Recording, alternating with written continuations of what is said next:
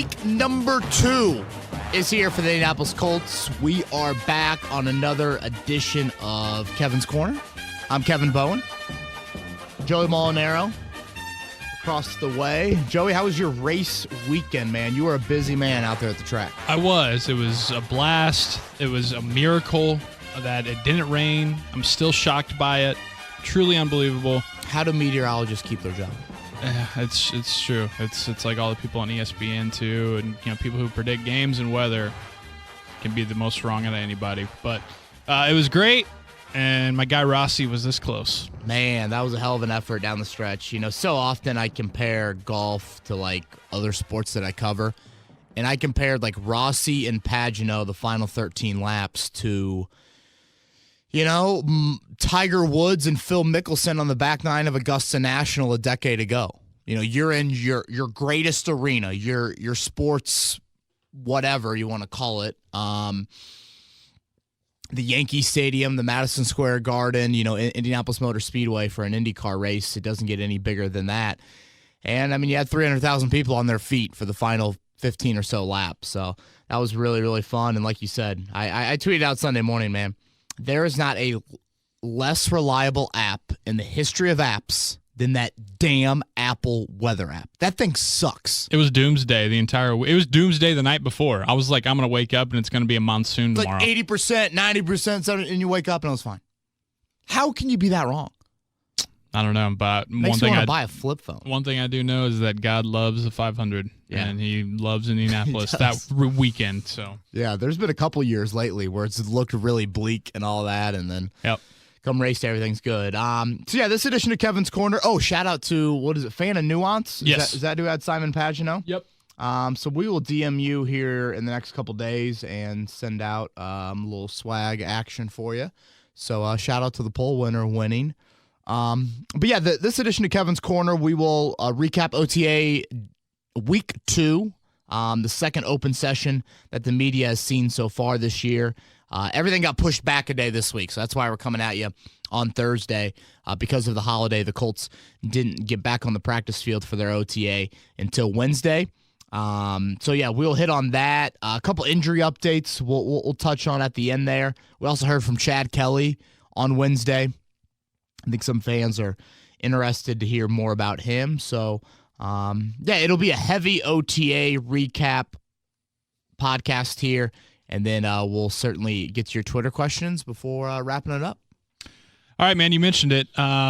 Week 2 of OTAs, and yesterday you were out there and you saw maybe a little bit of a surprise, at least to me. The defense was the winner of the day. Joey, I think in general, even if you have an offense that maybe isn't up to par to the defense, when the defense dominates like they did yesterday, it is surprising because these sessions are very catered towards the offense.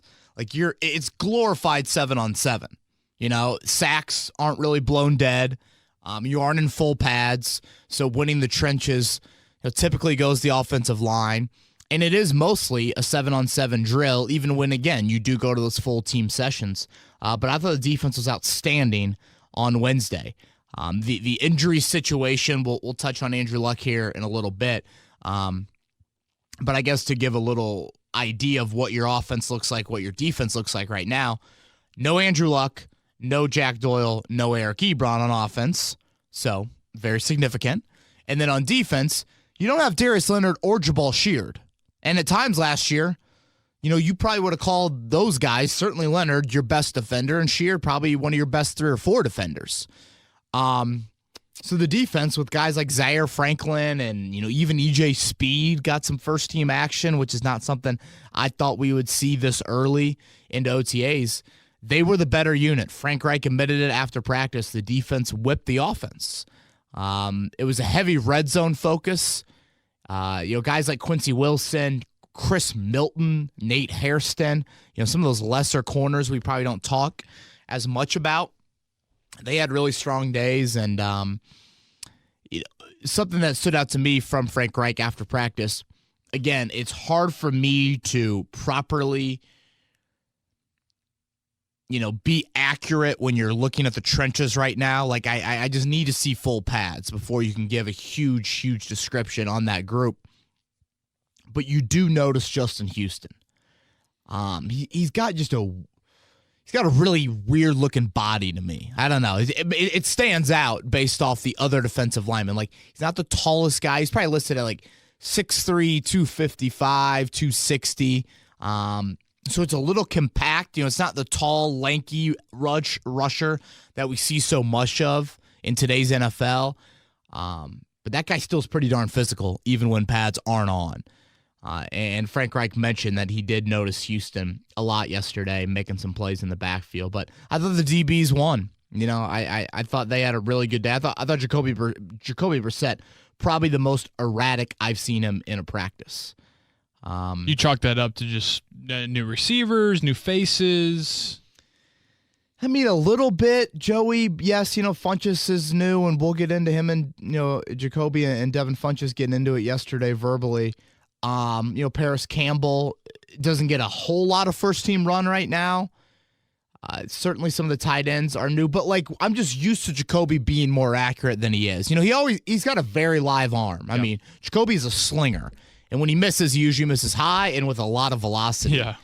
But yesterday, I just felt like some misreads, forcing the ball into areas. I'm kind of like, I'm watching practice with Jim Sorgi. He comes out to practice, the Colts color guy. And him and I are just kind of looking at each other like, what is he seeing? Like, what?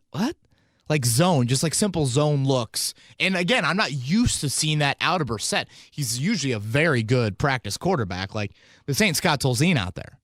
So, not a good day for him at all, and I think that contributed certainly to the success we saw from the defense. And part of that, you tweeted about it. It was a pretty hot topic yesterday as we saw a little dust-up between Brissett and Devin Funchess. Yes, dust-up is an accurate way to describe it, Joey. I'm not used to seeing that at all at Colts practices, especially from quarterback and receiver. Like, you were at, 95% of training camp practices last year. Seeing an offensive lineman and a defensive lineman get into it in a full padded 95-degree hot day at Grand Park is not unusual. Mm-hmm. Seeing a quarterback and a receiver get into it on a overcast day in helmets and shorts on May 29th, that is unusual. Yeah. So I guess I should just set the scene a little bit. Brissett goes interception by Milton, beautiful ball to Nyheim Hines with EJ speed and coverage on him down the sideline, and then throws another pick. So in a 3-throw stretch, 2 interceptions from Jacoby Brissett. The third throw was Nate Hairston, I believe, picking him off. And, you've been out to so many practices. Anytime the defense touches the ball, they try to take it back for 6. Yeah, they put on a circus. Really. They do. It is a circus. It is a hooting and hollering, loud. It's the loudest part of any practice. So Hairston takes it back for quote unquote a touchdown, and Brissett kind of runs after him. Obviously he's not going to tackle him. And at this point, all of a sudden you see Funchess enter the picture, and he's coming from the opposite side of the field, and he's got his helmet off already, and it's just kind of like, was he targeting Funchess? No. Jacoby is running after Nate Hairston. Funchess is now coming after, Jacoby. Right, but was the throw intended for Funchess? I don't believe so. No. I think it was something that Funchess felt like he was open, maybe on a different part of the field, and was frustrated that he wasn't, the progression read, whatever. So I think that's where it, and I'm trying to interpret a little bit. I could actually hear a decent amount of what Jacoby Brissett was saying to Funchess. Not rated for this podcast. Some words I think we've said on this podcast, the words Jacoby Brissett used yesterday to Devin Funchess, not allowed on this podcast. So, synopsis. What was he getting at? I will F you up, I believe, was one of the phrases that Jacoby said to Funchess. Funchess has his back turned to us, so we can't hear as much of what Funchess is saying. I don't think his language was very elementary rated either. So they're going back and forth, verbally. At one point, they're probably within 5 yards of each other. That's when Marlon Mack grabs Jacoby and's like, all right, dude, enough is enough. OTAs. So they go their separate ways. Funchess goes and walks over to grab an iPad to look at the play. And so at this point, I'm thinking to myself, your second team offense is now on the field. Your third-team offense is about to be on the field. Your starting unit has a break for about 5 minutes. That's typically how it goes. The first-team offense runs, 6, 7 plays. They come out. Now it's time for Phillip Walker. Then it's time for Chad Kelly. So it's a bit of a cooling down period. And I'm thinking, all right, this is a great time for Funchess or Brissett to cool down and go up to the other one and say, hey, man, this is what I saw, or this is what I felt like you should have seen. Like, let's have constructive criticism here. Like, the verbal tirade, whatever. I thought it was whiny. I thought it was a bit of diva-ness by Funchess to take off his helmet and just be that demonstrative, if you will. And I had a ton of Carolina people in my timeline being like, hey, welcome to life with Devin Funchess.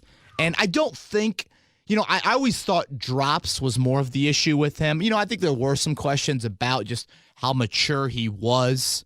He was drafted very young. He's only just turned 25 years old. So he's still a pretty young guy. But, neither of them ever came together from what I saw, and I was watching them the rest of practice. Neither of them came together at any point the rest of practice and talked things over. And I guess that is what I think is the disappointing part of it. Like, it's competition. Things get heated. I get that. But you're also learning this time of year, and especially at the quarterback position, even if Devin Funchess is in the wrong there, Jacoby Brissett, you've got to be a leader in that situation. And you go walk down to him, or you take T.Y. Hilton down to him, some sort of mediator in the whole situation, and you try to have a civil conversation of what went wrong and how do you correct that? Because your offense is getting their ass kicked in a practice setting that usually favors that side of the ball. So I thought that, that's where Brissett was in the wrong. There were a couple more times in practice where Funchess would run routes. He felt like he was open. He'd throw up his hands or he'd take off his helmet. And it's just, that's too whiny for me. That's too diva for me. And the culture alarms sounding here? Not sounding, but like getting ready. They're getting primed.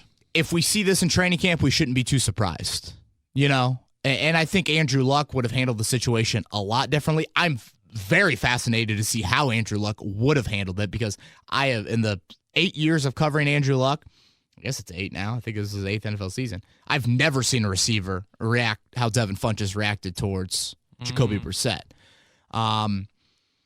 So for my liking, Joey, there's just too much whining, too much diva. Like, go be a man. One of you, I get it. You guys are hot in that moment, but it's practice. There are these cooling down periods that naturally happen. Correct things and move on because you are, again, not winning on the practice field. And it's May 28th. Or May 29th when it happened. I'm not going to make the biggest deal out of it in the world, but things are going to get tougher for your football team. This is a shorts and a helmet practice. What happens when the Cleveland Browns are in here for a joint practice setting? What happens when you're in the regular season and, Funchess doesn't get the ball or there's a pick six, something like that? How do you react then? So that's where I think you worry about, all right, is this something that can boil over? Frank Reich was not on that side of the field when it happened or said he didn't really get a great look at all of that. So it was kind of weird because we're trying to explain to him what's happening. And Reich offered this quote just about guys being combative on the practice field. There is always a line we talk about. Hey, we are pushing each other to get better, but we are never crossing over that line of disrespecting somebody else. That's the right quote. I thought it was over the line. I thought it was disrespectful. And you can be disrespectful, and we all have said things to other people that we immediately regret, but it's all right, man, stop being whiny and be the bigger man and move on from the situation.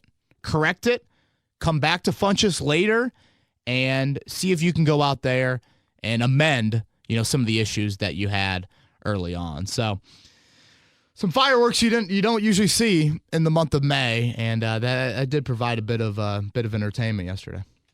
Still no Andrew Luck out there. What's going on? Yeah, strained calf, still another week. I asked Frank Reich, do you still anticipate him participating at some point this spring? And Reich said yes, but then quickly was like, calf strains can be nagging and things like that. So I feel like they kind of took a step back from how much of a stance they were on the previous week and saying, yeah, Luck's going to participate at this point or at some point this spring because there's only 2 weeks left. He's not participating this week. You have 4 OTA sessions next week, June 3rd through the 6th, and then you have the mandatory minicamp, June 11th through the 13th. He said Luck is still doing some throwing, modified workouts for him. But yeah, the strained calf is now kept him out for 2 weeks of OTAs. Look, Joey, it's not ideal. Rather now than in October. Certainly. And I think if this was a regular season game week, Andrew Luck would try to play through it.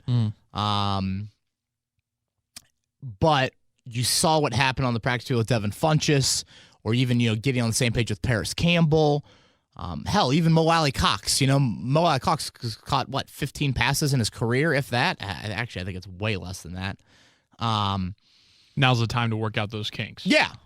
And, Andrew Luck, without any spring work last year, played at an extraordinarily high level. I mean, unbelievable. And coming back from the shoulder rehab that lingered for so long.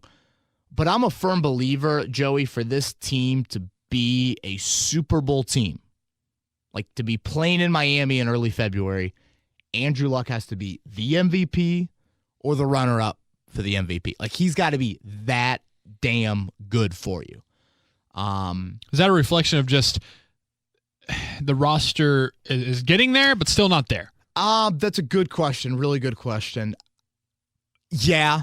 I just don't think you have enough impactful guys on the defensive side of the ball to where you're pitching 13-point games in the playoffs against Brady, Mahomes, insert NFC quarterback you would see in the Super Bowl. I think the roster has gotten a lot better, and I do think the roster is playoff worthy, but Super Bowl worthy. I think that's where you need your studs to play like studs, and Luck being an MVP, and I mean, hell, you show me the last 8 teams that have been in the Super Bowl, their quarterback has probably been 1, 2, or 3 in MVP voting a lot. Yep. So yeah, I mean, Luck's got to be like that, and Justin Houston on the defensive side of the ball, he's got to be, I think, a dozen sack guy playing 16 games, maybe even more than a dozen sack guy, and the Colts feel like he can be more than that. They've thrown out a 15-16 sort of number with Justin Houston, which would be, defensive player of the year sort of numbers if he ended up throwing that out there. So that's what I think is just a bit disappointing about Luck right now, not participating. Is it the end of the world? No. But you felt like he was going to be out there for the entire spring offseason program, and that would help him with Funchess, with Campbell, and just let him ascend to another level that this time last year, he was just trying to get to the level of, hey, man, I don't want to throw a high school football or a tennis ball anymore. I want to practice. Right. 3 big injury updates that are coming from the spring, the summer. Jack Doyle, Deon Cain, Clayton Geathers. What's the status of those guys? Well, let's start with the hometown kid, Jack Doyle. Had another baby, or I guess his wife, Casey, had another baby. So congrats. Number 2 for Jack Doyle, 2 boys. Doyle rules. Huh? So Doyle rules. Doyle rules. Yes. Start the cathedral education early for Jack Doyle's kids. He lost about 20 pounds, Joey, from the lacerated kidney. And I think late in the year we talked to him. I guess it was locker room clean out day. So, the Sunday after losing to Kansas City, he looked skinny, man. He didn't look like Jack Doyle.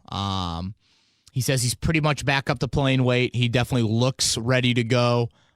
Doing some cutting and some running. You think of his patented routes, it's a lot of underneath stuff where his cutting has got to be kind of so precise to make him such an effective target for Andrew Luck. And right now it's full-on hip rehab. No more kidney. Kidney's fine. So the offseason hip surgery that he had, so he first suffered that hip injury week 2 against Washington. Played through it. I guess he missed whatever it was, a handful of games right after that, then came back, played through the hip, and at that point, I think he knew hip surgery was probably going to come in the offseason. But then he lacerates his kidney against Miami, and that officially ends his season. So sounds like training camp for him will be the first return to practice. Same thing with Deon Cain. Remains on schedule, running routes. I think with a lot of ACL guys, Joey, if you watched a rehab session with them right now, it would look pretty darn similar to a route tree that T.Y. Hilton runs during an OTA practice. But you want to be so cautious. You don't want to put them out there in traffic where, it's a much more controlled environment on the rehab field than it is, Kari Willis coming out of nowhere trying to make a play as a rookie. Deon Cain has to cut on it wrong, and now he's, re-injured that ACL. He says he's running routes, and this is a guy that, again, the Colts want to make sure that expectations are tempered in terms of when he gets back to full health. Like, he's going to participate in training camp. I don't expect him to be on PUP when the regular season starts.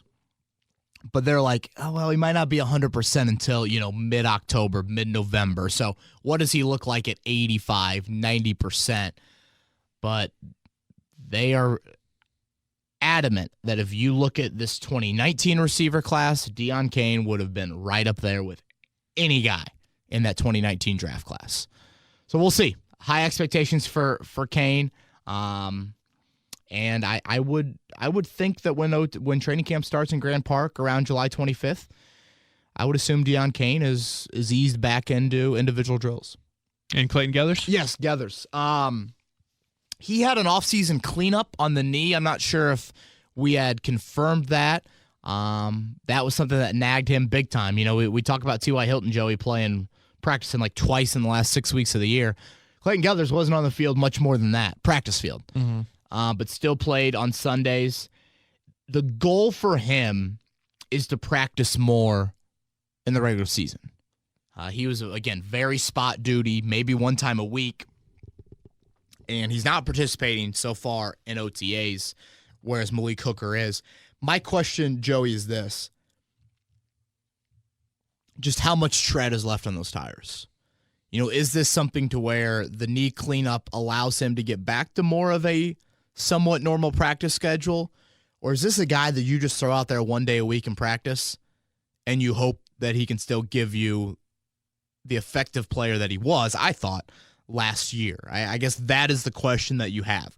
No issues with the neck injury, which had been there, in 2016 and even flared up in the New England game back in week 5 this past year.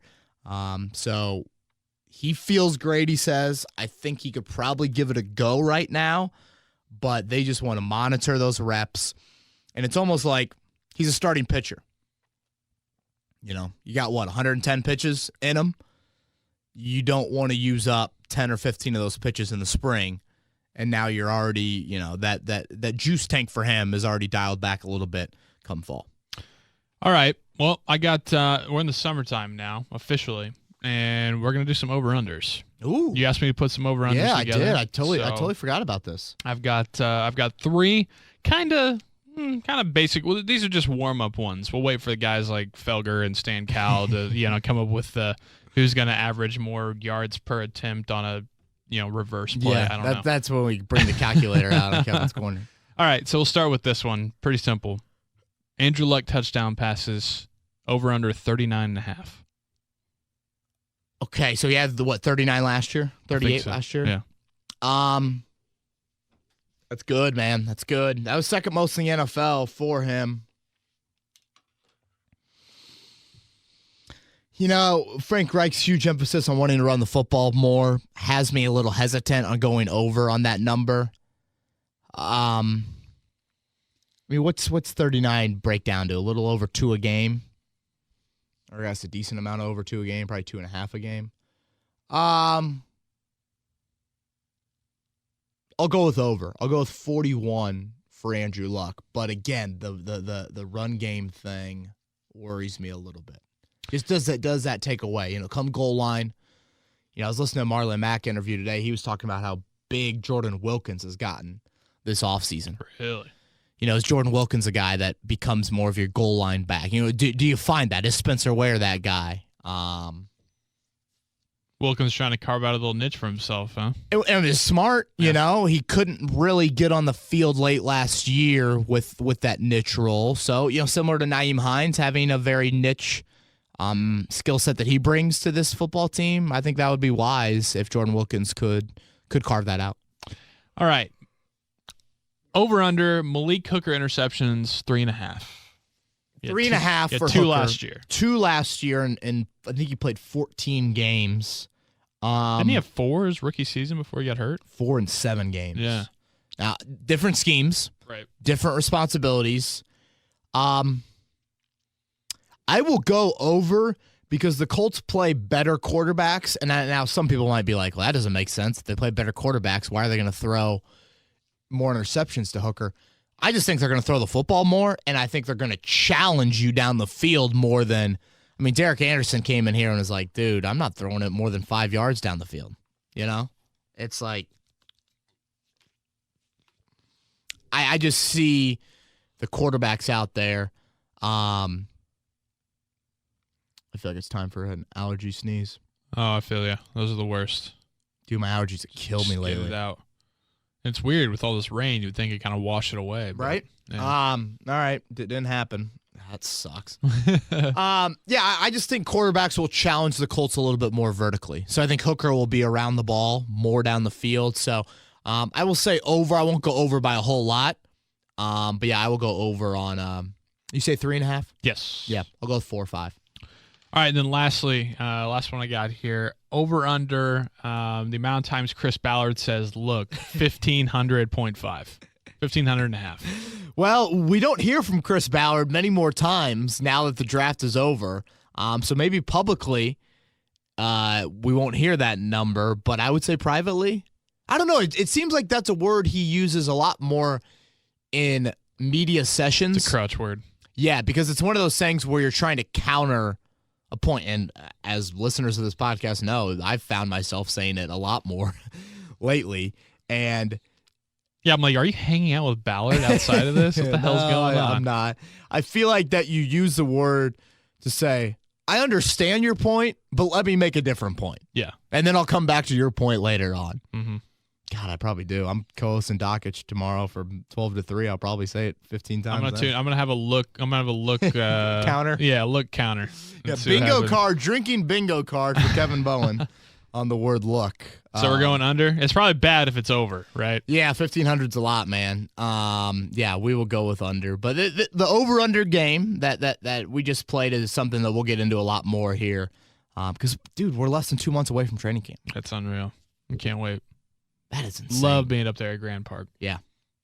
All right, you want to do Twitter questions? Yes. All right, this is from Steve. He said, Roto World recently published their annual GM rankings.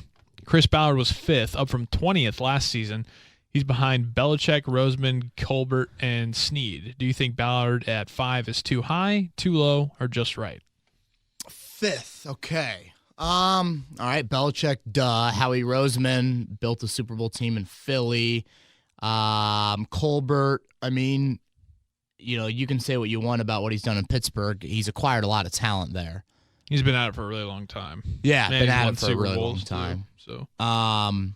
And then Les Snead has built in a far different way, or I would say a little bit different philosophy than Chris Ballard, but they got to the Super Bowl last year in LA. So I think 5th is fair. At the end of the day, when you rank coaches, Joey, and when you rank GMs, and hell, nowadays when you rank any athlete, we go off of championships. We go off of titles. And that's why I'll go on a mini LeBron rant because I'm more of a LeBron guy than most. I always just totally disagreed with people that are like, look at LeBron chasing titles, joining up with, other guys. That's how we judge him. We judge him off titles. He'd be foolish to sit there in Cleveland and be like, oh my gosh, my second best player is Zydrunas Ilgauskas or Verjao. Like, what? No. If they're not going to build championship teams around you, then you go somewhere else and see if you can find that championship team. So that mini rant, back to Colts Kevin's Corner podcast, until Ballard, gets Super Bowls, 2 Super Bowls / win Super Bowls, he shouldn't be any higher on that list. And that, no knock on Chris Ballard, he's done the job for 2 freaking years. Right. But that's just the nature of those lists. So I think fifth is probably pretty fair. There's guys behind him that have built Super Bowl teams, I would assume. Yeah, has to be. All right, this is from Richard. My question is about the screen game. Mac really improved there last year, but it's a specialty of Ware and Hines. How do you see those plays shaking out, and in favor of whom? Thanks as always. Well, it's a good question, Richard. I've noticed a lot of screen work in OTAs. Even yesterday in the red zone stuff. I also noticed, Paris Campbell being used in very Paris Campbell specific ways. Like, okay, if T.Y. Hilton goes down or Devin Funchess goes down, you still pretty much have a similar playbook to what you would have. Like, if Paris Campbell goes down, I feel like those specific plays you would normally use him in, those almost kind of go out the playbook. Like jet sweeps and just, stuff like that where you have his skill set and no one else on the team really matches it. I've noticed some of those as well. So screen game wise, I want to say Reich felt like as a receiving unit, they improved in the screen game area late last year, but running back wise, they still struggled a bit. So I think that comes down to offensive linemen. I think it comes down to timing. Marlon Mack as a screener, I really feel like you got to get him going heavy downhill for him to be super, super effective. Hines and Ware, I kind of like those 2 guys a little bit more. A little bit, Hines especially a little shiftier, and Ware does have a nice resume of catching the football out of the backfield. All right, from Greg, how likely is Kari Willis to win the starting strong safety job over Geathers at some point this season? You know anything about this Jerry Jeudy, this Alabama wideout? He's supposed to be like a top 5 pick in the 2020 mock drafts already, right? Yeah, I'm watching some video of him right now. They're saying he's like the next Odell. He's been really good at Bama. Yeah, Bama's got a ton of wideouts. All right, sorry, that was me getting off topic. What was the question again? Greg wants to know how likely Kari Willis is to win the starting strong safety job over Clayton Geathers this year. Oh, I think it's minimal. Yeah, I mean, unless an injury happens. Yeah, I'd put it at 10, 20%. It's early in OTAs, Joey, and I'm sure we'll get some. I scrolled through the questions, so I think we'll get a couple more rookie questions, so I'll save the rookie stuff for those questions. In terms of Willis so far, like, for example, yesterday, no Matthias Farley, no Clayton Geathers, so George Odom is your starting safety next to Malik Hooker. Nice. So what I'm getting at is I still think there's a ways to go before we crown any rookie as a definite starter, even Banagoo. But as long as Clayton Geathers is healthy, I fully expect him to be starting next to Malik Hooker. Seth Campbell wants to know, do the Colts finally beat Joey Molinaro's Steelers this year in Pittsburgh? Oh, Seth going there. Yeah. Early and often. What do you think? I'd say the chances would be almost certain if it was in Indy. Yeah. I don't give them as good of a chance in Pittsburgh. 50-50, 60-40. I'd say 60-40 Pittsburgh wins. Okay. Right now. But yeah. by the time we get there. Are you being biased, or is that your unbiased opinion? Yeah, probably a little bit. But, I still just can't. The Steelers, just for whatever reason, have the Colts number since 2013 or 2014 or whatever it is. And I know it's different teams and everything, but yeah, there won't be. Like I said, if it was here, pretty much 95-5, I would say that the Colts would win. Yeah. But in Pittsburgh, trust me, they definitely can. It's not like they can't, but I just still think that, I hear you. Colts fans, I think, will be thrilled that Antonio Brown took his, Vegas pole dancing, humping the goalpost self to Oakland. Granted, they'll see Antonio Brown in week 3. I think the Steelers would just be like a 3-point favorite. Just, yeah. I think that's fair. That game comes in a 5-game stretch after the bye week. where the Colts have 4 home games around the Pittsburgh game. You're home to the Texans, home to the Broncos, at Pittsburgh, home to Miami, home to Jacksonville. Going 5-0 in any stretch in the NFL is really tough. So I'd put it right at a coin flip. You know, that's one of those games where you look at the schedule and you probably say, like, okay, you lose to the Chargers, you lose to the Chiefs, you lose to the Saints, you lose one home game. Then that Pittsburgh game might be next on the list of, like, all right, are you 11-5, potentially competing for a bye or winning the division, or are you 10-6, more so looking at top wild card, maybe needing a tiebreaker to win the AFC South? I think that's a very coin flip game. It's like that wonky Jacksonville game in December last year, right? The Colts were just on fire, and they go on the road to Jacksonville, and it's just like, what the hell happened? Great point. And Pittsburgh offensively still has much more talent than Jacksonville did. All right, from J.R. Johnson, I know everyone wants Gerald McCoy, but what about a big run stuffer like Corey Liuget? Is it Liuget or Legit? I think it's Leggett. Leggett? Liuget. It might be Liuget, man. He seems like a better pickup against the Titans and Jags running games. Yeah, he is more of your wide body. You know, what about... Dude, now that I'm thinking about it, I think I dreamt this the other night. Oh, my God. I got issues, man. Like, who dreams about their job? I guess a lot of people probably do. You got a pretty cool job.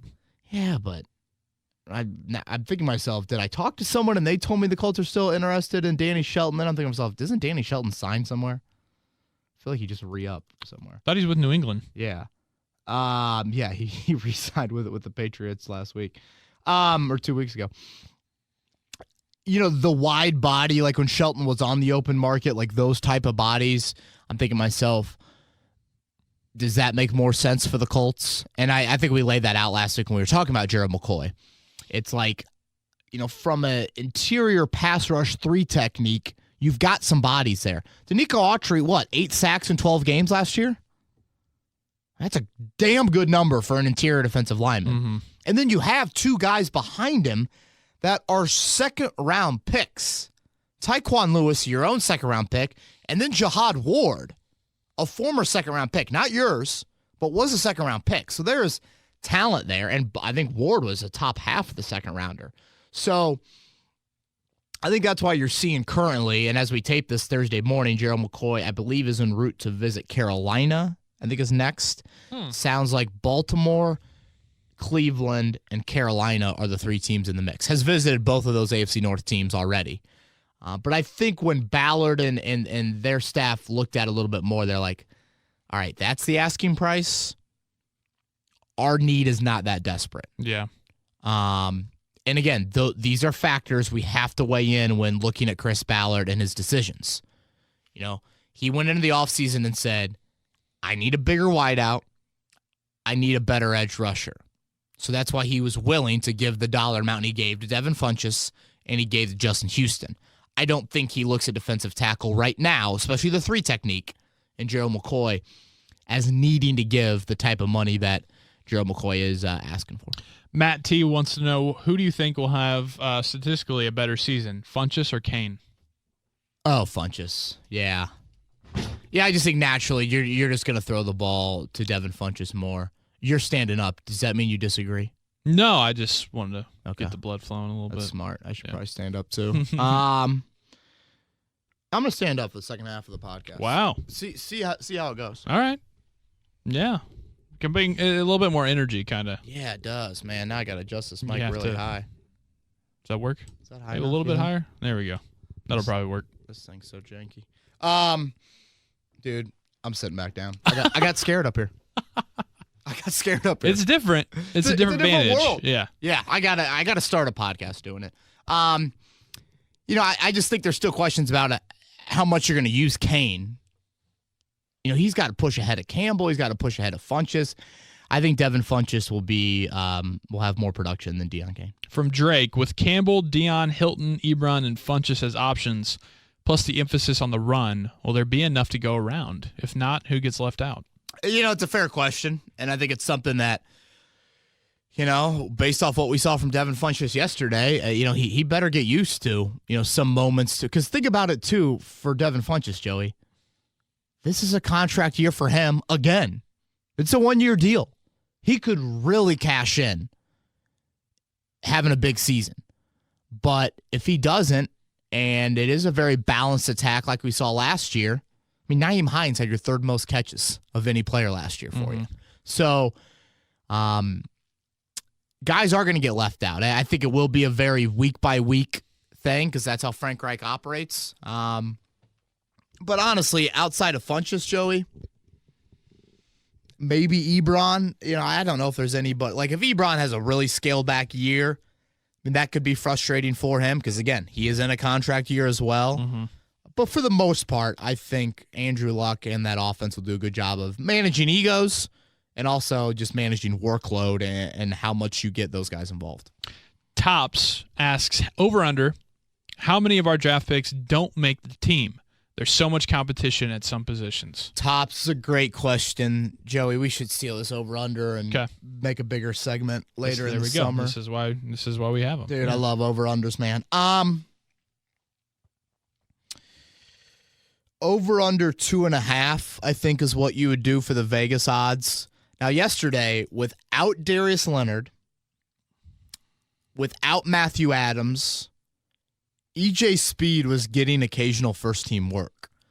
He's a guy that if everyone's healthy a week or two ago, I probably would have said he could miss making the 53-man roster. And then yesterday, you go out there, and again, there's 2 injuries, but he's getting some first-team action. It was Zaire Franklin and Anthony Walker to start, but it was EJ Speed, that backup will linebacker, whereas Bobby Okereke is probably more of your Mike, and Ben Banagou is more of your Sam. He would be the one. I'd be shocked if they cut Marvell Tell. I just assume both the offensive linemen will get cut. Unless an injury occurs, you brought back pretty much outside of Matt Slauson, you brought back like your top 10 or 11 offensive linemen. So, and yesterday your backup left tackle was Antonio Garcia, who was a former, I think, 3rd-round pick. Not here, but there is some talent there. So, that impacts a Raven Clark situation potentially as well. So I will set the over-under at 2.5, and I will hold off on giving my final answer for a couple months. Kevin is curious about whether or not Jay Ajayi is still an option. No. Why would he want to come here? Too many cooks in the kitchen. Too many cooks in the kitchen for sure. That's such a great line. And it's true. If there's too many people in the kitchen, get the hell out. Let's go. Get out. Trust me. Colleen Bowen has yelled that before on Thanksgiving. I've even heard my wife say, "You know what, Kev? I got dinner tonight. You've asked me, do you need help? 3 times. Go sit on the couch and watch the Golf Channel." Yep. Right now, do you keep 4 running backs? Do you keep 3 running backs? What about Jonathan Williams, Chris Ballard's crush? It seems like Ballard loves him. Spencer Ware, you didn't bring him in here just to bring him in here. You brought him in here to potentially make your roster. So, I say that door has been shut on Jay Ajayi. Joshua Sutton, bringing back to what we started the pod with, do you think Funchess still has maturity issues? I feel like reacting to Brissett the way he did and standing away from him and other teammates yesterday was kind of an immature move. Yeah, I think that's fair to call it an immature move. Both of them, he's right. Both of them stood at the opposite ends of the offense. It's like, come on. Is this 7th grade? I'm checking Tiger update here, even through 5. God, he parred the par 5. Come on, Tiger. Missed a 9-footer. If there's a guy on that offense that you would have questions about maturity issues, it's probably him. Yeah. I really think with Andrew Luck out there, it almost to me was like this, Joey. Is Devin Funchess trying to, expose or trying to put himself in an authoritative position over the backup quarterback? If Luck's out there, does he react that way? Yeah. I don't think he does. And how would Andrew Luck respond to that? Oh, and that's what I said earlier. I'm so fascinated to see that. You imagine Luck yelling, "I'm gonna F you up" to another team? I really can't. I can't. He just. How would Luck? Can you give me a Luck reaction right now to Devin Funchess yesterday? Funchess comes over, helmet's off, hands in the air, Did you not see me, man? I was wide open. I really have no. I swear, I have no. I can't even conjure up something that he would say because I can't picture him in that moment. Like, there's so many other moments we need something. Like on race day, I was wondering about Andrew Luck talking to Matt Damon because I was watching him talk to Matt Damon like a creep when I was down on the great video you got on your Twitter. No, when I was down on pits, I was looking at the pagoda and Damon and Bale and Luck, they're all right there in that big fancy suite, and he was talking to Matt Damon, and so I was just wondering about what he was saying to him, but. This situation, Here's I don't know how he does it. Yeah, right. Yeah, like I just imagine Matt Damon just saying something like, "Yeah, I'm not a big fruit fan," and then he's just like, "Oh, I thought you were a big apple guy," like some stupid joke like that. But Funchess, man, I don't know. Like, does he cower away? I don't know. Not cower away, but it'd be one of those things where Funchess, I guess he grabs his receiver coach and is like, "How does he not see that?" Or does he grab Nick Sirianni? Something along those lines. I don't know. With Devin Funchess, I'm going to give him the benefit of the doubt just because, it's week 2 of OTAs. But, there were Carolina media people. There were Carolina fans all in my timeline yesterday just being like, par for the course. Have fun with it. And how he reacts to the drop conversation, I've never really liked. When you ask him about drops, he just laughs at it. It's just like, that's the pass, man. I'm good. Everything's chill, I think was the phrase he kept on using early in OTAs. And it's like he's trying to show on the surface level that everything's fine, but inside he's like, holy shit, I did lead the league in drops last year, whatever that number is, the analytics number. It's one of those things like, I got things I need to work on. Drops have been an issue for me in the past. I feel like I've taken a step forward to clean them up, and I'm here to work with Andrew Luck to clean them up even more. See, what scares me about a guy like him, though, is just that it's like, man, if he doesn't get the ball, then it compounds into him dropping the next pass, and then it compounds into because he's just totally lost it, man. And he did. Brissett targeted him, I think, twice the rest of practice. They probably had 15 passing plays, 12 passing plays. He made a great corner route catch in traffic, and then he dropped a ball in the end zone where Brissett was rolling out. It's one of those scramble drill plays, and Funchess had to go low and couldn't haul it in. And, he did pat his chest and looked at Jacoby like, that's my fault, which was a nice sign to see. But, yeah, again, that is the one person I think that you do worry about a bit on this offense. Contract year. Given his past history, given some of the questions that people have about him. But this goes back to the whole of why I felt like the Devin Funchess signing could succeed. I think you've put a better, more stable support group, if you will. That sounds like a word you would use for Chad Kelly right now, I guess.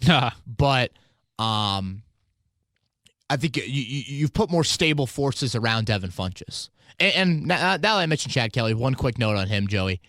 Talked to the media yesterday, and if you watch the 7-minute video or you listen into the 7-minute presser from Chad Kelly, he checks the sincerity boxes. He checks the says all the right things. Unfortunately for him, those don't mean shit. That's just when you have the resume that he has, your actions are the only thing that matter. I do think there is a verbal side of it that you need to play the quarterback position, so it's good to hear him be like, hey, I've lived in my parents' basement for the last 7 months. That's humbled me like none other. I mean, you go from being the backup quarterback at Von Miller's Halloween party to living in your parents' basement. That's humbling. The Colts have taken steps they have things in place to make sure that he has the best case scenario not to do the things that he did in his past. So, and that's always been a big Chris Ballard thing of you can't just take a character guy and think your locker room is going to immediately change it.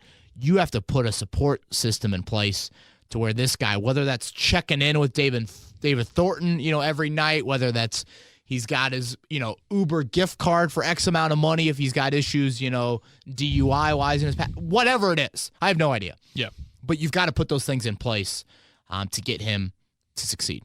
Andrew Fisher asks, do you think anyone gets an extension this offseason? Another good question, Andrew. I feel like he asks a lot of questions. Thank you, Andrew, for following along on Kevin's Corner. I'll say one. Does Costanzo need to stay healthy before you extend him? He's been really healthy in his career, but do you need to see him chalk up a 16-game, 15-game season before you give him the 3-year, $15 million deal per year? You'd probably like to, but then at what point is Costanzo like, hey, what the hell? Yeah, I just can't see Costanzo being like that. I don't know. It's a fair question. His agent would certainly say that. His parties. Yeah. But yeah, I feel like when I talk about all the extended guys, I have a caveat in my brain of why I wouldn't extend them right now. Costanzo, Ebron, Sheard, Kenny Moore, Rigoberto Sanchez. Kenny Moore probably needs to show it one more year. Rigo would probably be the one guy that makes the most sense to just get it done and move on. That's a really good question, Andrew Fisher. I will say one, but I don't say that with a whole lot of confidence. Larry asks, have we seen Spencer Ware? How does he look? Yeah, we have. He's participated in both the open OTA sessions. He gives you a different body type. Similar to guys in the trenches, it's hard to really evaluate running backs this time of year. But yeah, Spencer Ware's healthy. He battled some injuries definitely in 2017, a little bit last year as well. So yeah, Spencer Ware, I think, will be in competition to make this 53-man roster. All right. Cab Hill asks, is this team going to have defensive packages that are similar to Seattle's? And if so, where do you see Banagoo being the most effective? Well, the name that I keep on coming back to is Bruce Irvin with Ben Banagoo. That's the Seattle comp for him. Now, I find it interesting through 2 weeks of OTAs, Joey. We've only seen Ben Banagoo at defensive end, not at linebacker. Now, having said that, the OTAs that we watched the first one last Tuesday. We didn't watch last Wednesday. We didn't watch last Thursday. Maybe he's playing a little bit of linebacker then. But I think for the most part right now, he's playing mostly defensive end. And that hurts a Kamoko Ture. That hurts a, Gary Green, your other defensive ends on your roster. But so far, it seems like Banagoo has his hand in the dirt a little bit more. And I always kind of thought that would be more of his role because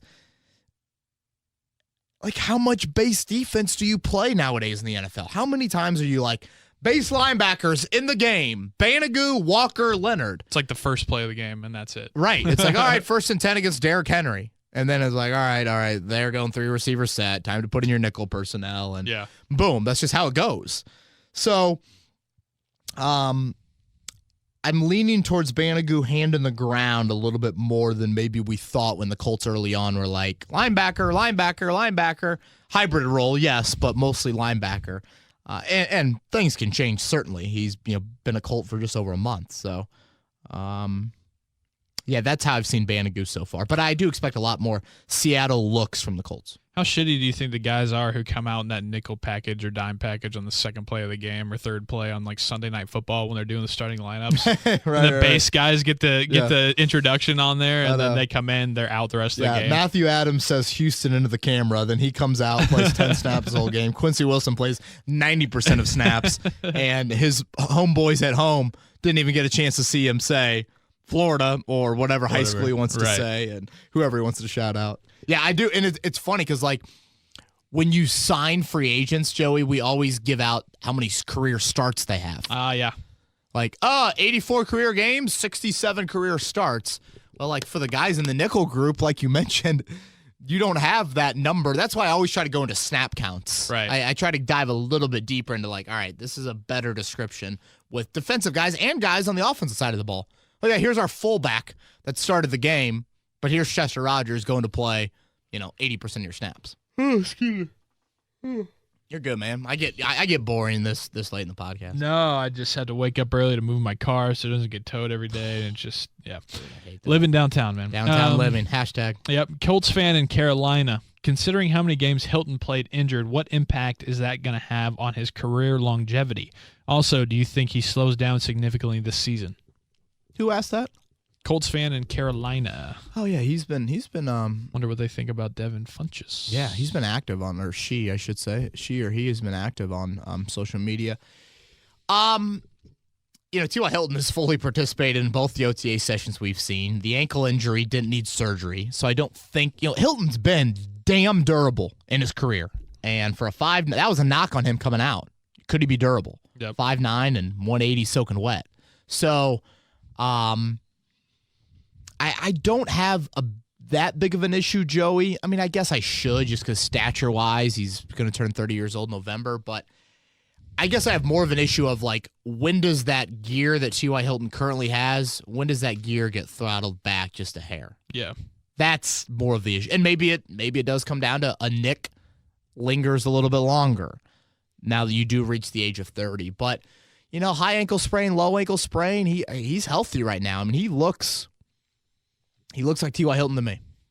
Corey wants to know, which young defender do you think the Colts most need to take that next step in development this season? Turay, Lewis, or Wilson?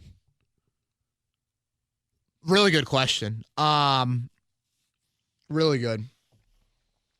I won't go with Turay or Lewis, Joey, because I think you have other defensive linemen that can handle the burden if those guys don't take a step up. I think you have, now, it hurts you in the long term, but if you're talking just here in 2019, you still have Justin Houston. You've got a guy like Jihad Ward. You've brought back pretty much your entire defensive line outside Al Woods and Hassan Ridgeway from last year. Same thing at corner. Quincy Wilson is not a starter in your base defense right now. That's Kenny Moore. That's Pierre Desir. You would hope Rock Ya-Sin, pushes Quincy Wilson and supplants Quincy Wilson, honestly. It's crazy, Joey. Did you know this? Quincy Wilson is 3 months younger than Rock Ya-Sin. Yeah, he came out early. I mean, that is, this is his third NFL season and is 3 months younger than a rookie. He'll turn 23 in August, and Rock just turned 23. Yeah. I'm going to go with someone off that list. I'm going to go with Malik Hooker. I don't know if that he was going for the same criteria, but that's a young defender, so that counts for me. And Malik Hooker has got to be available, and then I think he's got to make a few more plays. And I know last year I wanted him to go out of his comfort zone of what Matt Eberflus was asking him to do to make those plays. And like we mentioned earlier in the podcast, I don't think he will have to go out of his comfort zone. I think he'll be challenged more. I think he's got to be a ball hawk for you. Cody follows up on that. Thoughts on Turay and Lewis going into their sophomore seasons? Well, right now, I would say this. Lewis, to me, is your third defensive tackle. Behind Hunt, behind Autry. I think he will play a good amount. Turay, he's your fourth defensive end right now. I've said this name so many times, and I will continue to say it, and I noticed him yesterday several times. And when you notice guys on the defensive line in OTAs, I think it's noteworthy. Al-Qadim Muhammad continues to make plays for this football team. He's a fascinating follow on Instagram. Always seems like he's doing something crazy. But that dude just plays good football, man. Is he the dude that threw the medicine ball through the wall? Or that was Jihad Ward. Jihad Ward. Okay. Yeah. So right now, without Jabal Sheard, Houston is starting and Muhammad is starting. So once Sheard comes back, that moves Al-Qadim Muhammad back to your defensive end role, back to that third defensive end role. And then you get into situations where, okay, is Banagoo playing some end? Do you slide Lewis over there in a pinch? So I wrote earlier this week on 1070thefan.com, and you can check it out, Colts coverage tab under Kevin's Corner. Kamoko Turay has to get more of a go-to pass rush move, and he's got to maintain weight a little bit more. He does look bigger to me, but right now he's running as your fourth defensive end. So this is a huge training camp for him. Because if Turay doesn't show something this year, then defensive end continues to be a huge emphasis long-term for you. So I have a little bit higher expectations for Lewis right now than Turay. I know Turay showed flashes at times last year, but from a depth chart standpoint, right now he's your fourth guy. All right, Ross Chapman, coming from Canada, must-stops during a football weekend in Indy beyond Lucas Oil. Dude, I get this question a lot, and I would love to hear your input as well. Yeah. Ross, DM me. Tell me where you're staying, and that'll help situation. Are you, and what are you looking for? Are you looking for more? And when you're coming too? I mean, yeah, is it late November, December? A little bit different than right. The whole walkability of downtown becomes a little bit different. So we've got every steakhouse in America you could imagine locally downtown. I think Mass Ave and Fountain Square area offer some great local food. Probably a little bit more foodie than you get downtown, but I think there's some great hole-in-the-wall bars that I love in those areas, especially if you're bringing a significant other, something like that. She or he could enjoy that. What else, Joey? I mean, walking on the canal if it's nice. I think that's a really, really cool area. Yeah, I mean, if you're coming in October or November, I guess one positive is maybe you could catch a Pacers game on Friday or Saturday. Or if it's early September, if you're coming for a preseason game, you can, I think Victory Field's an awesome venue to go see a game as well. I think it all depends on when you're coming. Yeah. But those are some of the areas. I wouldn't venture up to Broad Ripple. I don't, I shouldn't say that as someone that lives around that area, but you can get that pretty much in Mass Ave and Fountain Square area, that type of feel. And if you have a downtown hotel, you can walk to Mass Ave. Just Google all this, Ross. Fountain Square, you're going to have to probably, you could bike it. You could Lime or Bird it. Yeah. And it's like, are you looking for more kind of like trendy bars? Or are you looking for more dive bar type things like Coach's Tavern or right. places like that? So, yeah. DM Kevin, we'll get back to you with some better. He also says summer pod idea at Pat McAfee Show and KB collab returning to the Grixon era and how far the Colts have come. That'd be pretty good. I know Pat's got a lot of stories. Him and I have laughed over several of those Grixon stories before. Wow, that could be yeah, we might. Maybe reach out to him. We might. We might have to line that up. Yeah. From Joe Hoffman, how likely are the Colts going to play the compensatory pick game with the guys like Ebron, Funchess, and Brissett? I was scrolling through this, Joey, and I thought this is the question of the day. Wow. As we look at it right now, some of the names he just threw out there, Joey, don't they seem like they're no-brainers to bring back? It's like Ebron and close. You would feel better about bringing them back than not bringing them back. Yeah. Like last year, this time it's like, or 2 years ago, this time it's like Dante Moncrief, flip a coin. Yikes. Who were your big free agents coming into this offseason? I mean, you really didn't have much. I guess Geathers.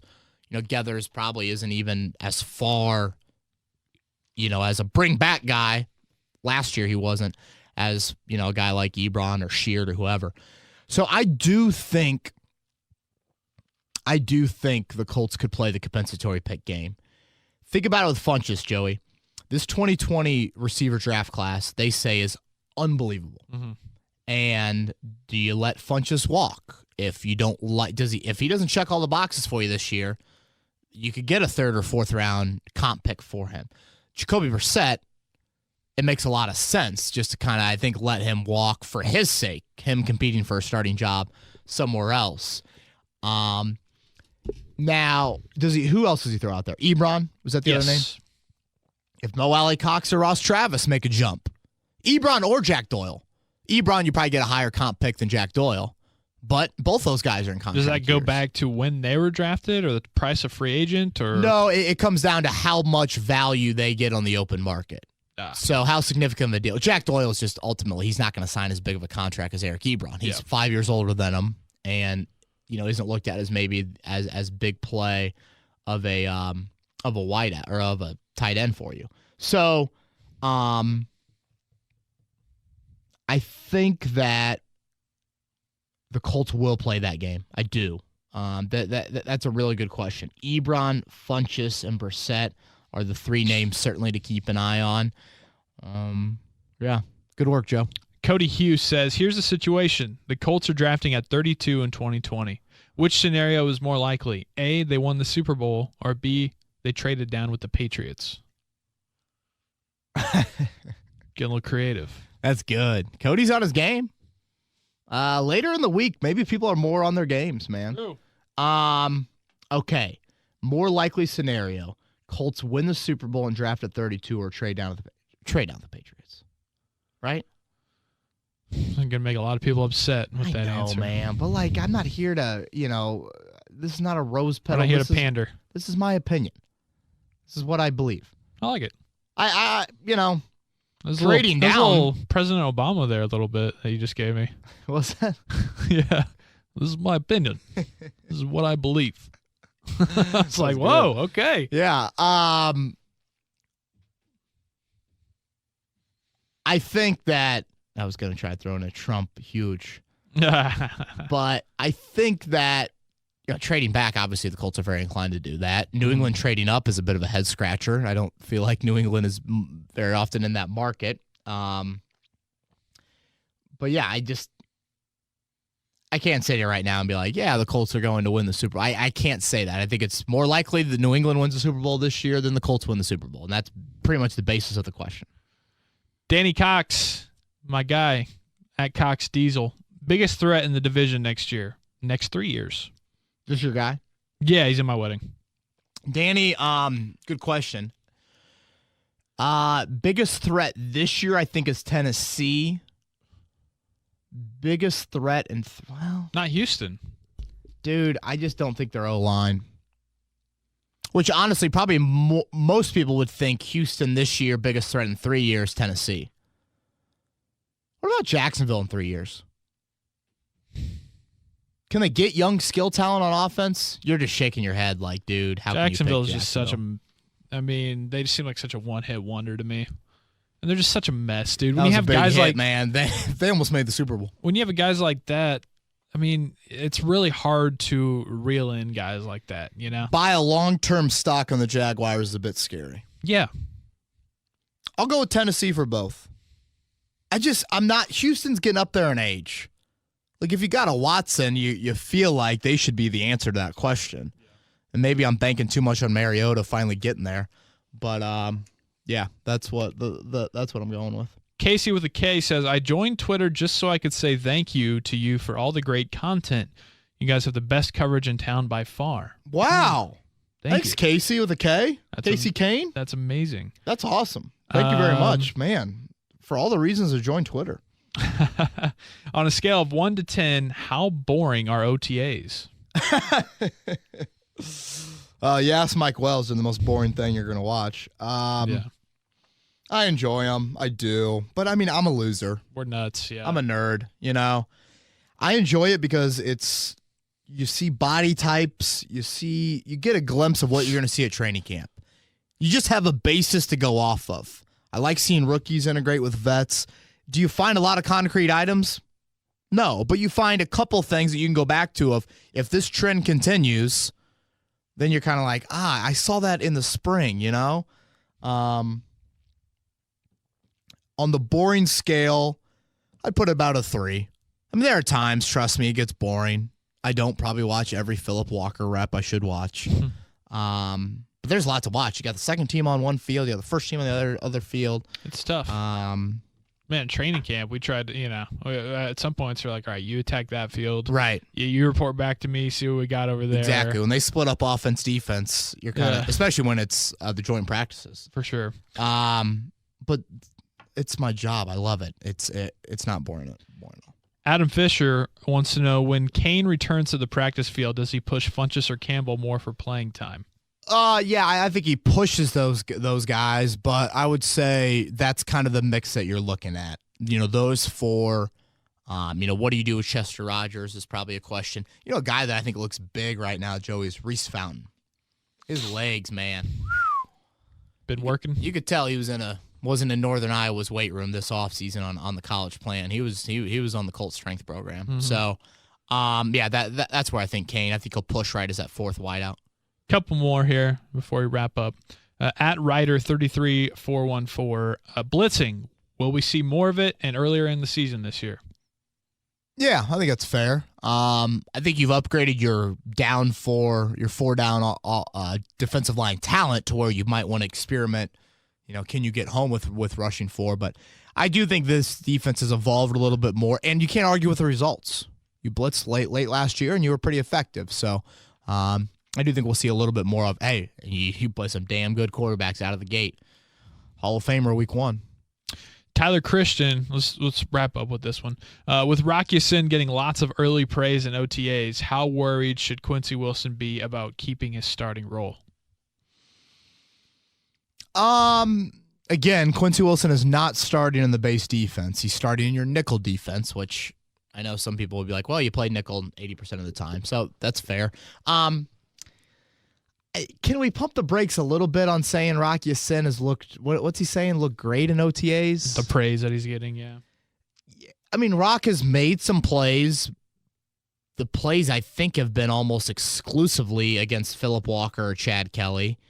And the interception I've seen have just mostly been like you're sitting in zone and the quarterback makes a bad read and throws you the football. Like yesterday, I thought Chris Milton, I thought the interception he had was tremendous read and react. So all I want to see with Rock is now just, okay, when you do get the first team reps, can you do it there as well? And right now, you know, he's probably the sixth corner when you're talking about just how the Colts have gone about their reps. Jalen Collins, Nate Hairston, those guys, Chris Milton, those guys are above Rock so far. So I'm just going to hold off on the Rock Ya-Sin definite supplant Quincy Wilson. You love the body type. You certainly love what he's done against the second unit. It's better than not, making those plays. But Quincy Wilson made some noticeable plays yesterday in practice as well. That I'm not ready to put him on the bench. All right, man. What else we got? You have any more? Or preview the weekend and next week? Yeah. 1070thefan.com right now. We've got up. I posted something on Clayton Geathers, Malik Hooker. Posted a notebook from OTA number 2 that we were able to watch. That's got a lot more tidbits in there on Paris Campbell. Tom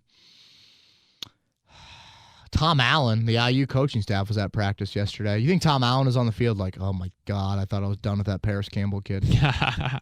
Probably. I saw him at the 500. Just looking football coaches ever. You know who loves to come to the 500 is Kevin Sumlin. Really? Yeah. I've seen him throwing a few back. He's a local guy. He went to Brebeuf High School, and I think he went to Purdue. Brebeuf? Yeah. Wow. Kevin Sumlin. I think him and Doug Bowles are friends. Travis Kelce was there, too. Nice. Yeah. He looks like a guy that had fun. He was in the snake pit, of course. Saw Quentin Nelson was in the infield. Yep. But yeah, 1070thefan.com, we have Colts coverage. I've said it once, I'll say it 1,000 times. Daily written content up on the site. Our YouTube page, 1070 The Fan. Subscribe if you haven't over there. We'll have a few more video content pieces here in the next few months leading into training camp. And we'll probably be back next Wednesday. The Colts will have an open OTA on Tuesday. So, we'll be back next Wednesday. Thanks, everyone, for listening to Kevin's Corner. Everyone have a safe and enjoyable weekend, and we'll talk to you next week.